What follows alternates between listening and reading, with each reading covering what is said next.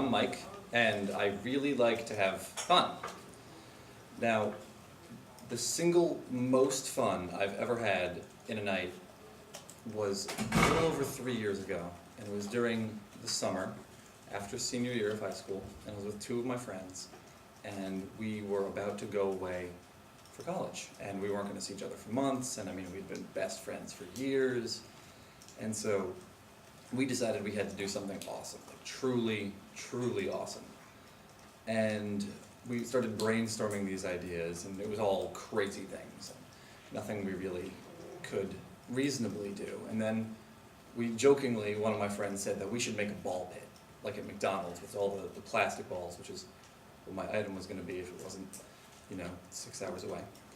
And well, we did some calculations. We looked online for the ball pit prices, and the balls are very expensive. So we thought that this was just going to be another one of our ideas that we just have, and we want to do something crazy, and we ended up not finishing it, because that's one of my and our biggest issues, was that we have trouble finishing things we start.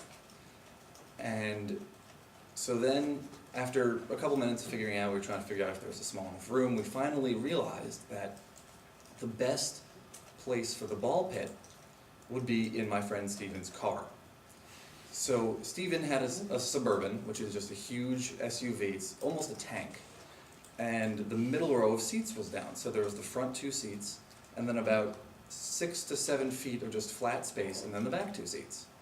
So we spent 2 hours with duct tape and cardboard, completely sealing off every last nook and cranny of this Suburban, just so that no ball would escape.